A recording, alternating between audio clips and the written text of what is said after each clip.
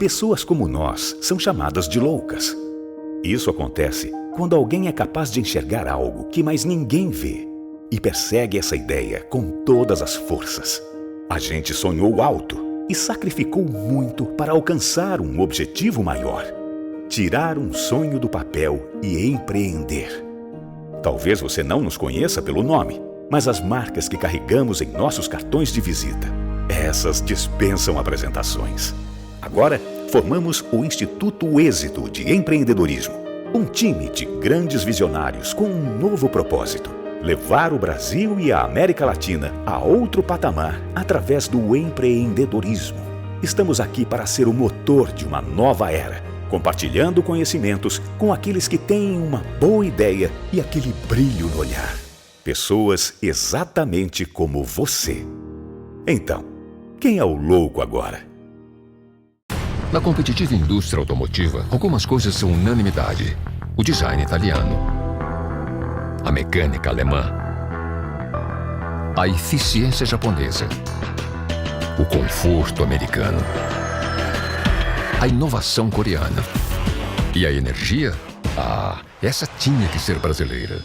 Moura, a bateria original de 9 dos 10 carros mais vendidos no Brasil. Precisou de bateria? Moura.com.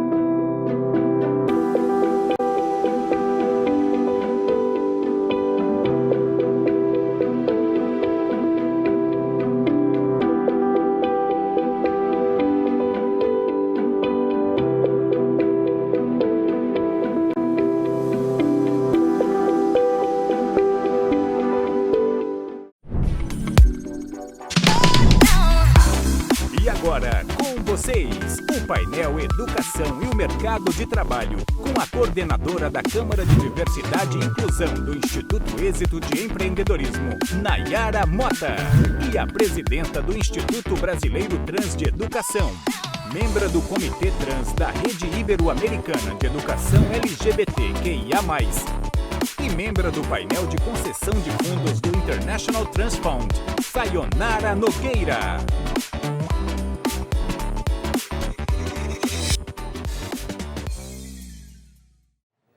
Sejam todos muito bem-vindos a mais um Summit Social. O Summit Social são painéis em que eu converso com empreendedores das diversas dimensões da diversidade e inclusão para a gente falar dessas pautas tão importantes para a nossa sociedade e para a nossa vida também.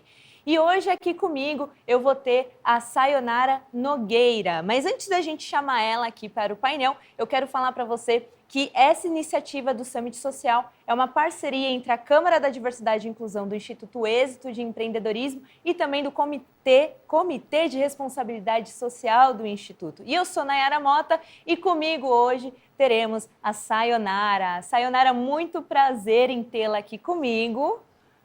Tudo bem? Eu que agradeço o convite e contribuir com esse trabalho bonito que vocês desenvolvem. Legal. Sayonara, para a gente começar aqui, né, o nosso bate-papo, eu chamei de entrevista, mas mais informal. Vamos deixar as coisas mais tranquilas. O nosso bate-papo. Quem é você, Sayonara?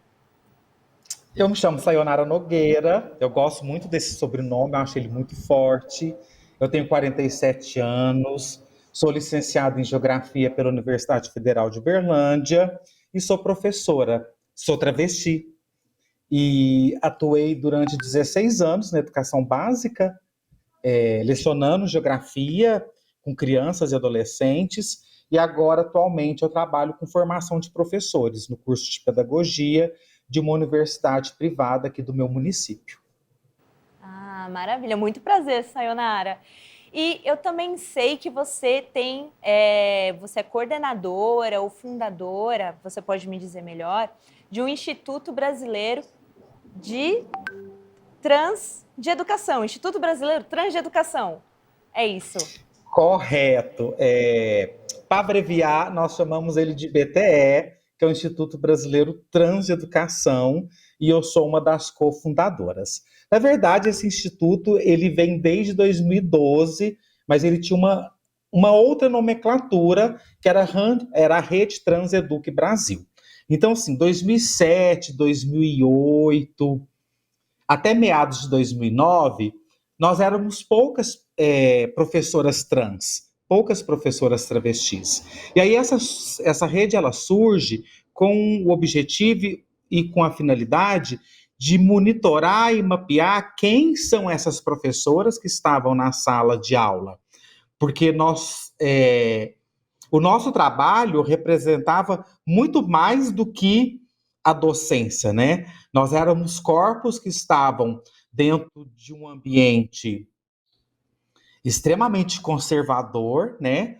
E éramos corpos que estavam rompendo com essa cis-heteronormatividade. Então, surge a Rede Trans Eduque Brasil, e aí, no nosso primeiro encontro, em 2012, na UFMG, na Universidade Federal de Minas Gerais, em Belo Horizonte, nós reunimos 10 professoras, um professor trans, e ali nós já tínhamos um quantitativo de 10, 11, 12, e aí na dissertação da Marina Heidel, nós descobrimos que tinham mais de 50 professoras, né, em exercício de docência. Mas quando a gente pensa no Brasil, na dimensão continental dele, 50 professoras é um número muito pequeno. Aonde estão essas pessoas, né? Por que essas pessoas não estão inserindo no mercado de trabalho? E aí nós começamos a trabalhar com pesquisas, né? Com problemáticas, com hipóteses, até que em 2017 houve um outro encontro em Belo Horizonte, e eu fui a convite do CRP, que é o Conselho Regional de Psicologia, e lá eu encontrei com uma professora de História trans, né, que na época fazia parte da rede também, e nós resolvemos fundar o Instituto Brasileiro Trans de Educação, né, aonde a gente deixa de ser objeto de pesquisa. Esse era o nosso objetivo principal ali, era deixar de ser objeto de pesquisa e a gente passasse a protagonizar as nossas próprias pesquisas. E aí a gente funda o IBTE, porque a gente trabalha especificamente com a educação básica e com as professoras que estão na educação básica, com esses profissionais travestis e transexuais que estão dentro da educação básica e que leva uma ressignificação do espaço escolar para que atraia novos estudantes trans, porque a escola ainda ela é um mecanismo de exclusão para a nossa população. Por mais que exista avanços como a portaria do nome social, a gente ainda encontra muito problema com a questão do banheiro, né? Então, o nosso trabalho é ressignificar esse espaço para que outras crianças e adolescentes trans consigam concluir seus processos de escolarização, porque o combate à LGBTfobia, ele está dentro da educação. A educação é a ferramenta mais poderosa para combater qualquer tipo de preconceito e discriminação. Poxa, Sayonara, eu fico muito emocionada com a sua fala, porque é justamente o que o Instituto Êxito acredita também, no poder da educação para transformar vidas. E trazendo o seu posicionamento, né, de como a educação tem contribuído com a vida dessas pessoas, eu fico muito feliz de estar podendo bater esse papo aqui com você e conhecendo ainda mais a sua história e a história do Instituto. Você usou um termo durante a sua fala que é cis-heteronormativo. Você pode explicar o que seria isso? É porque o movimento LGBT ele foi evoluindo, né? As nomenclaturas foram evoluindo. Eu sou de uma época que a sigla ela era basicamente GLS, e ela excluía as identidades T's. E aí ela passa a ser GLBT, ela passa a ser LGBT, e aí até que nós chegamos a termos mais técnicos, como os termos cisgêneros e os termos transgêneros. O termo transgênero, né? O termo transgênero é um termo utilizado muito. Então, as pessoas trans seria, pedagogicamente falando, né? Eu posso falar, eu sou uma pessoa trans porque eu nasci com um sexo biológico masculino, passei por um processo de transição, então eu sou uma pessoa trans, né? Você nasceu com sexo biológico feminino, você está em concordância com esse sexo biológico seu feminino, então você é uma pessoa cis. Isso didaticamente falando, pedagogicamente falando, eu não, assim, como eu acredito que essa conversa é algo mais informal e eu quero atingir o público, né? Eu não posso ficar também falando muito termos técnicos, que aí eu começo a falar para dentro e eu não alcanço as pessoas que eu quero atingir. Então seria basicamente isso, né? A militância que me perdoe, mas falando didaticamente seria isso. Bacana. Então, deu para entender perfeitamente. E deixa eu te perguntar uma coisa. Você falou muito da questão do mercado de trabalho e hoje a gente sabe que nem você trouxe na sua fala, né? O mercado de trabalho não está tendo um número significativo das pessoas trans dentro, né? E como, no seu ponto de vista, como educadora, você já falou da educação, mas olhando um pouquinho para o mundo, para o mercado de trabalho, o que pode ser feito para que a gente abrace e crie oportunidades para as pessoas trans aqui no Brasil? Recentemente que vem se falando muito nessa questão do mercado de trabalho para pessoas trans, e aí você tem um projeto incrível no Brasil, que é o Transemprego, né? Você tem uma das cofundadoras, que é a Maite Schneider, que é do IBTE, e ela que está à frente desse projeto, né? E ela capacita as organizações, eles divulgam vagas de emprego específicas para a população trans, porque infelizmente ainda é uma comunidade que depende da prostituição, né, para sua subsistência. O trabalho sexual, para nós, eu falo nós porque eu faço parte dessa comunidade, é ainda uma condição sine qua non de subsistência. E o trabalho sexual, para mim, ele também é um trabalho comum como qualquer outro. Só que ele não pode ser obrigatório.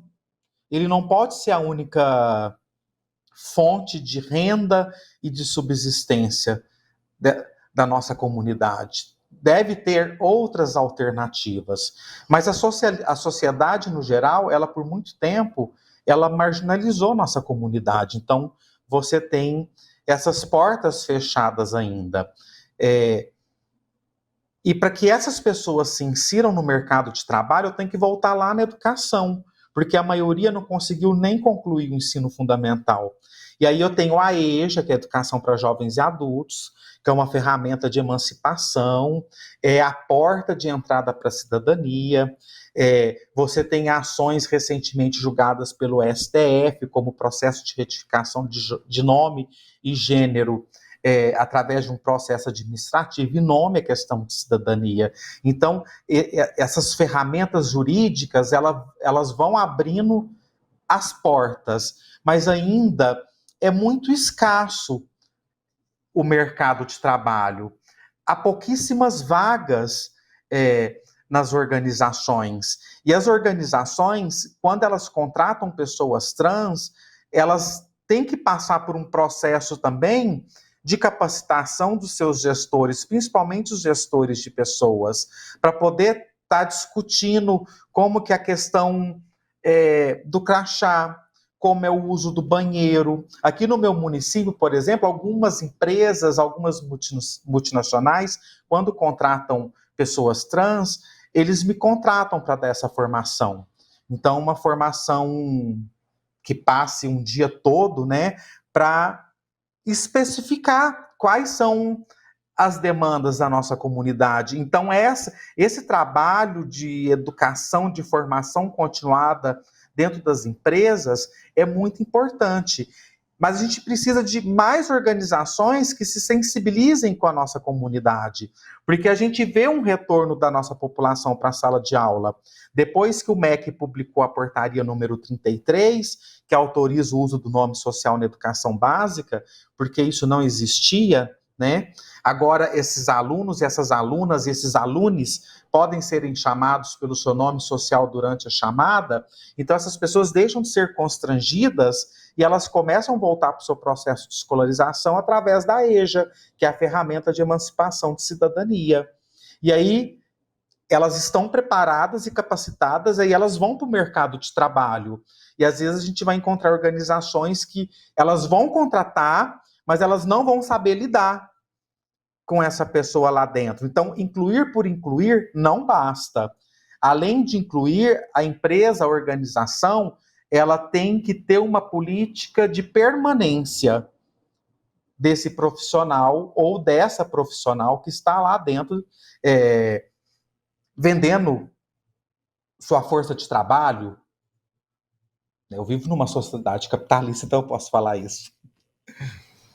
Mas ali acolhendo essa pessoa, né? Talvez engajar quem não esteja engajado, né? Eu acho que isso é fundamental, você engajar as pessoas ali. Porque assim, quando a gente traz uma pauta, a gente vai conversar, isso é natural, né? Que a gente vai conversar com aquelas pessoas que se identificam com a gente. Mas e aquelas que não se identificam? Ou que, de repente, não sou eu que estou passando por isso, então eu não quero saber. Né? Então, além de conversar com essas pessoas que já estão engajadas em acolher essas pessoas dentro do mercado de trabalho, a gente também tem que olhar para aquelas que não estão tão engajadas assim, né? E perfeito a sua fala de quando você traz a questão da retenção, porque talvez você contrate muitas pessoas trans ou da comunidade LGBT, mas você está retendo essas pessoas, né? Como é que está sendo não só a contratação, mas como que está sendo a cultura organizacional para que todas as pessoas se sintam confortáveis em estarem naquele ambiente, né? Que tenham esse sentimento de pertencimento, né? Eu acho que vale essa reflexão também, né? Eu acho que falta sensibilização, né? Fazer um trabalho de sensibilização, e isso parte dos gestores de recursos humanos, né? Os líderes de pessoas, né? Que a gente fala, quando a gente fala no campo administrativo, né? A gente fala de liderança, fala de gestão de pessoas, de gestão de RH, né? Que tomou novos contornos, porque o ser humano hoje dentro da organização é o principal capital, né? O crescimento da produtividade de uma organização.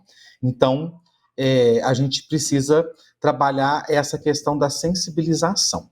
Eu conheço várias empresas que fizeram essa contratação e eu tenho muito contato com as pessoas que estão empregadas, né? Que hoje a gente chama de colaboradores, colaboradoras. Na iniciativa privada, eu tenho pouquíssimas reclamações. Às vezes, alguma empresa ou outra, que às vezes o colaborador chega até a minha pessoa e fala, eu estou tendo problema com questão do banheiro, né? Mas aí a gente senta, dialoga e conversa com a gestão, né? Para ver o que está acontecendo e o que pode ser solucionado. A minha experiência maior é dentro do serviço público, né? E aí, o serviço público, o assédio moral, ele é maior. O assédio moral em cima dos servidores públicos, servidoras públicas, trans e travestis, ele vai ser maior. E numa proporção muito grande. E por que você acha que tem essa diferença das instituições privadas com as instituições públicas? Eu nunca trabalhei na iniciativa privada. Uhum. É a primeira vez que eu estou atuando. Tá. Porque eu trabalho numa universidade privada, né? E eu fui muito bem recebida, muito bem recepcionada, muito bem acolhida. Eu sou muito bem tratada nesse espaço e não tenho nada que reclamar. E eu trabalhei 16 anos na educação básica, concursada, e aí quando chegou em 2016, eu exonerei o meu cargo, porque eu comecei a adoecer psiquicamente por causa do assédio moral que eu sofria dentro da escola. Então, e aí quando eu transitei o meu corpo, eu pensava assim, eu vou investir em concurso público, porque a iniciativa privada nunca vai me contratar por eu ser uma pessoa trans. E aí o serviço público é uma garantia, porque eu vou entrar pela porta da frente através de um concurso público, eu não vou sofrer nada. E aí isso foi tudo desconstruído na minha cabeça. E aí eu lembro que no início das minhas palestras, quando eu ia trabalhar, eu viajei o Brasil inteiro, do Iapoca ao Chuí, falando sobre educação e mercado de trabalho. Eu viajei para fora do país, eu conheço 4 continentes. Então, as minhas palestras, elas iniciavam eu falando para as pessoas trans, estudem, invistam em concurso público, porque vocês estão garantidas e não vão sofrer nada, né? E aí, de repente, eu sou obrigada a desconstruir tudo isso na minha cabeça hoje. E isso, assim, para uma pessoa que está à beira dos 50 anos, e aí a gente tem aquele medo também, o mercado de trabalho não vai acolher, né? Não vai absorver. Se você tem mais de 45 anos, o mercado de trabalho não vai te absorver. Então eu estou desconstruindo um monte de coisas na minha cabeça. Um monte de coisas. Sim, exato. Porque o que a gente espera é que a iniciativa pública, ela, no mínimo, tenha respeito pelas pessoas que estão passando no concurso, né? E eu até eu fiquei surpreendida com a sua fala, porque realmente é algo que você meio que natural, né? Você pensa, não, se trata do governo e tal, não vai acontecer nada. Assim, eu tinha muito medo de ir para a iniciativa privada. Eu lembro de eu enviar currículos e às vezes a organização me chamava e eu não ia na entrevista, porque eu tinha medo de sofrer o preconceito, a discriminação lá na entrevista. Já ali eu já ser desclassificada na hora, né? E aí hoje eu tô tendo que desconstruir tudo isso, porque recentemente eu participei até de alguns processos seletivos em organizações privadas, e assim, eu fui muito bem tratada pela equipe que é responsável pela entrevista. Fui muito bem tratada, muito bem abordada. E aí hoje, assim, a minha preocupação hoje nem é minha identidade de gênero mais, porque o meu currículo é um currículo bom, né? A minha preocupação é a idade, né? Porque são 47 anos e eu já penso, o mercado não vai me absorver. Sim. Não, poxa vida, que muito interessante você trazer essa sua experiência, né, no mercado dos dois polos, tanto no público quanto no privado, porque quem está nos assistindo talvez se identifique com o que você está trazendo, de repente tem a mesma pensamento do tipo, não, eu não vou no privado porque é lá que eu vou sofrer qualquer tipo de preconceito, vou fazer concurso porque vou ter estabilidade, né, não preciso estar ali me preocupando, nada vai acontecer, e de repente, com a sua fala, a pessoa já pode ficar, opa, eu vou tentar na privada também. Quando eu fui para a educação, eu pensava, eu estou na posição de poder. Eu sou professora e eu detenho poder, né? Entre o saber, eu detenho o poder. E aí eu vi que isso não existe. Eu enquanto um corpo trans, eu não detenho saber. E aí eu vou ter que começar a construir esse saber no coletivo com o meu aluno. E aí, quando eu falo de movimento trans também, você viu que eu falei de idade, aí eu tenho que pensar em outros recortes também, porque o movimento trans, ele é interseccional. E aí eu tenho que pensar no fator geracional, eu tenho que pensar na questão da raça, da etnia, eu tenho que pensar nas pessoas trans com deficiência, né? Porque essas pessoas existem também, né? Então, é algo muito global, muito abrangente. Eu não posso pensar só num recorte. Para a gente realmente fazer uma inclusão real, de fato, a gente tem que pensar na interseccionalidade de todos esses recortes, que são muito importantes. Perfeito, Sayonara. Você falou tudo, né? E isso é inclusão de fato, né? Você olhar para todas essas dimensões, né? E não apenas para uma. Porque enquanto professora de educação básica, além dos corpos LGBTs sofrerem discriminação, as pessoas gordas também sofriam, as pessoas negras também sofriam. Então, eu acho que tudo que rompe com o padrão, né? Na verdade, a escola ela foi criada para um padrão, né? Europeu, né? A nossa escola ela é criada nos moldes do padrão europeu, porque a gente tem essa cultura, né, de colonização, de exploração. E aí, quando eu entro na escola, eu vejo que existem outras pessoas ali também que vão sofrer processos de preconceito e discriminação que vai levar à sua exclusão do processo escolar.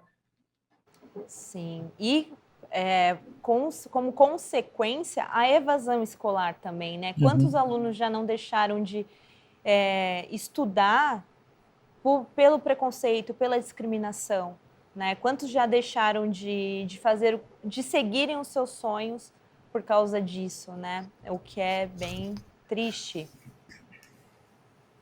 Eu nem falo de evasão, eu falo de processo de exclusão mesmo. É um processo de expulsão dessas pessoas.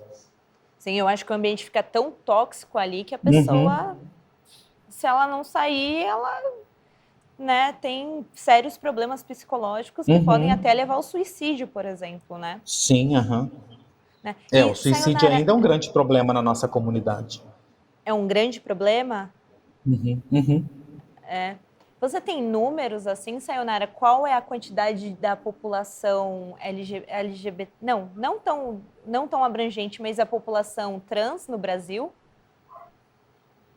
O quantitativo? Isso. Não, a gente não tem esse número oficial, porque, na verdade, é o IBGE que seria responsável por esse monitoramento, né? Aí, 2010 foi o último censo. O IBGE pesquisou a quantidade de casais homoafetivos que tinha no Brasil, acho que foram 60 mil, e 2020 era para ter acontecido o censo, porque ele é de 10 em 10 anos, não aconteceu por conta da pandemia. Mas esse censo que vai acontecer a partir do ano que vem, ele também exclui as pessoas LGBTs, especificamente as pessoas travestis e transexuais. O que você tem são hipóteses, são teorias de estudos populacionais, você tem amostras, você tem pesquisas feitas com amostras de população, porque quando uma organização fala que vai realizar um censo, eu acho muito complexo, porque eu já falei isso no começo, né, do nosso bate-papo. A gente vive em um país de uma dimensão, de um tamanho de uma dimensão continental. Como que uma organização não governamental ela vai conseguir alcançar uma população trans que mora numa comunidade ribeirinha, lá no Amapá? Então, sim, é muito difícil isso. Então, o IBGE, que seria responsável por esses números, e sem números, a gente não pode cobrar políticas públicas, né? É urgente que o governo federal inclua a nossa comunidade no censo do IBGE. Não, sem dúvidas. Sayonara, a gente está chegando no final do nosso bate-papo. Eu tenho certeza que o que a gente falou aqui vai abrir assim, oportunidades para muitas pessoas começarem a refletir sobre essa questão da pessoa trans, né, de criar oportunidades. Mas antes da gente finalizar, eu queria perguntar para você qual é a importância, né? Você já falou da educação, obviamente, mas a gente também tem o empreendedorismo daquelas pessoas que estão no mercado de trabalho tradicional, mas de repente são excluídas e vão empreender, não por opção, mas por necessidade. Como que você vê isso na comunidade, na comunidade trans? O empreendedorismo ele tem esse impacto positivo para essas pessoas trans? O empreendedorismo ele vem acontecendo agora, né? Agora que ele chega dentro da comunidade trans. Então você vai perceber que algumas pessoas elas começam a se destacar em relação a esse empreendedorismo, mas eu acredito que deveria ser trabalhado melhor dentro da comunidade. Vou dar um exemplo, eu tenho tempo ainda.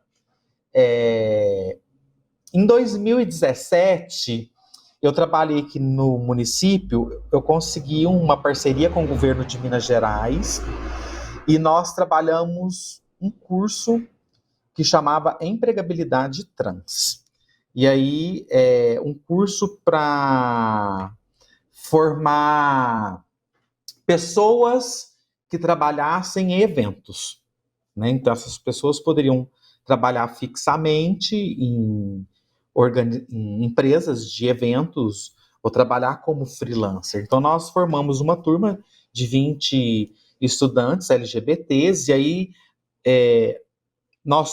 com essa parceria do governo, a gente tinha um recurso que era dar o Vale Transporte para esses estudantes irem e voltarem do curso, e um lanche, e o recurso para pagar os professores também, porque essas pessoas tiveram aula de etiqueta, de como construir um currículo, porque muitas vezes não sabem nem fazer um currículo, de como participar de uma entrevista de trabalho, de como montar uma mesa de um buffet, de um evento, né?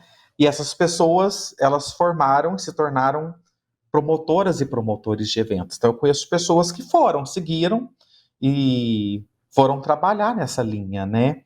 E aí são pessoas, para mim, que são empreendedoras. Elas conseguiram desenvolver habilidades e competências, né, nesse ramo e foram trabalhar.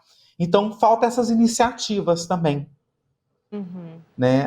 Às vezes a pessoa ela tem habilidades e competências que precisam ser afloradas. Sim. Mas ela precisa de uma mão para puxar ela. De uma oportunidade. Aí ela consegue. Eu, por exemplo, eu sou super craque em ABNT. Olha só. Eu conheço tudo de Associação Brasileira de Normas Técnicas. Então, eu fiz o meu empreendedorismo. Eu montei uma consultoria e eu faço formatações de TCCs, artigos, monografias, eu oriento. Então, eu fiz o meu empreendedorismo. Sim, sem dúvida. Nossa, Sayona, eu nunca tinha conhecido alguém que era fã de normas ABNT. Eu sou engenheira, né? Minha formação é engenharia de petróleo, mas assim, eu sempre passei longe das normas ABNT. Eu amo a ABNT. Eu tenho um caso de paixão com a ABNT. Sayonara, foi importante você trazer isso. A gente tem, o Instituto Êxito tem uma plataforma de cursos com mais de 400 cursos gratuitos e online, né, que ajudam o empreendedor, né, a pessoa a empreender, a tirar o seu negócio do papel ou até mesmo desenvolver algumas competências, como você trouxe, de fazer um currículo, de repente, fazer um bolo para vender ou ser promoter, né? Então, uma oportunidade aí para você que quer começar a empreender também, né? E, Sayonara, como que você trouxe essa questão do empreendedorismo e a educação, e como você vê o nosso país e as oportunidades para as pessoas trans daqui a 10 anos? Qual a sua expectativa, assim? Nós avançamos durante uma década em relação a legislações específicas que eram necessárias para o nosso processo de inclusão na sociedade. Tá? E aí eu falo da criminalização da LGBTfobia, né, que foi julgado pelo STF. O Judiciário é um grande parceiro do movimento LGBT no geral, principalmente as defensorias públicas. e o processo de retificação de nome por via administrativa. Então, foi necessária a fomentação dessas políticas, né, e principalmente a interseção da esfera jurídica para a nossa comunidade. Então, e aí você vê pequenos avanços. Eu vou falar de pequenos avanços, porque eu não posso falar que são grandes avanços. Então, eu acredito que daqui a 10 anos possa realmente eu ver essa inclusão efetivada, né? Diante tudo isso que eu falei para você. Porque a gente vê as organizações funcionando, você vê instituições como o Transemprego, que vai destinar vagas específicas para a população trans, você vê as empresas criando comitês de diversidade dentro das empresas para trabalhar essas questões, né? Então, eu acredito, sim, que daqui a 10 anos a gente tenha uma política de inclusão efetiva nos espaços organizacionais. A gente trabalha para isso, né, Sayonara? A gente espera que isso aconteça, né? O Instituto Êxito, ele também prioriza a diversidade e inclusão nos seus espaços. E não é à toa que a gente está dando essa abertura no Summit Êxito para trazer essas pautas tão importantes. Sayonara, para a gente, assim, finalizar com chave de ouro, eu estou muito feliz aqui de estar batendo papo com você. Já falei que ia finalizar, mas agora a gente está finalizando. Uma dica para quem está nos assistindo, ou até uma frase inspiracional, o que sentir que deve vir, venha. Eu espero que quem esteja assistindo a gente sejam gestores e líderes de empresas e que essas pessoas criem políticas de contratação de pessoas LGBTs dentro de suas empresas. A nossa comunidade ainda é uma comunidade extremamente vulnerável. Ela vive numa situação de vulnerabilidade muito grande. Eu tive privilégios de ter uma família que me aceitasse, então, por isso, eu pude acessar alguns espaços de poder, né? E chegar até onde eu cheguei, porque família é a base de tudo, né?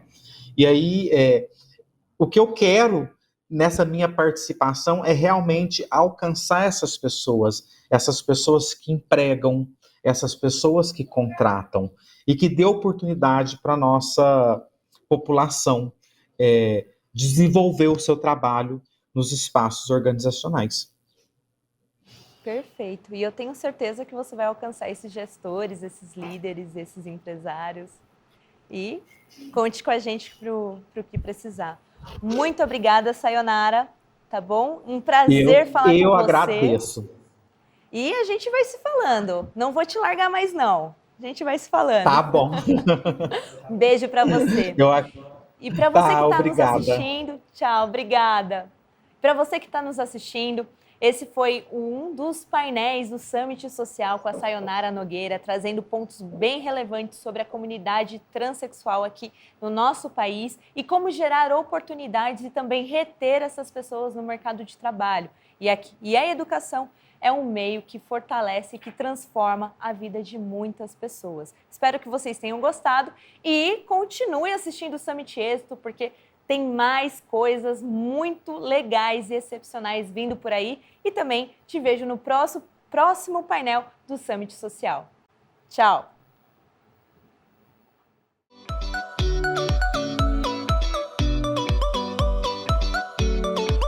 Fala pessoal, você sabia que enquanto eu e você estamos lutando para conquistar os nossos sonhos, há muitas pessoas que estão lutando para conquistar seus direitos mínimos de ser quem elas são? Então você, com o papel de líder e gestor na sua empresa, o que você tem feito para organizar a sua empresa para que todos caibam nela e ninguém fique de fora?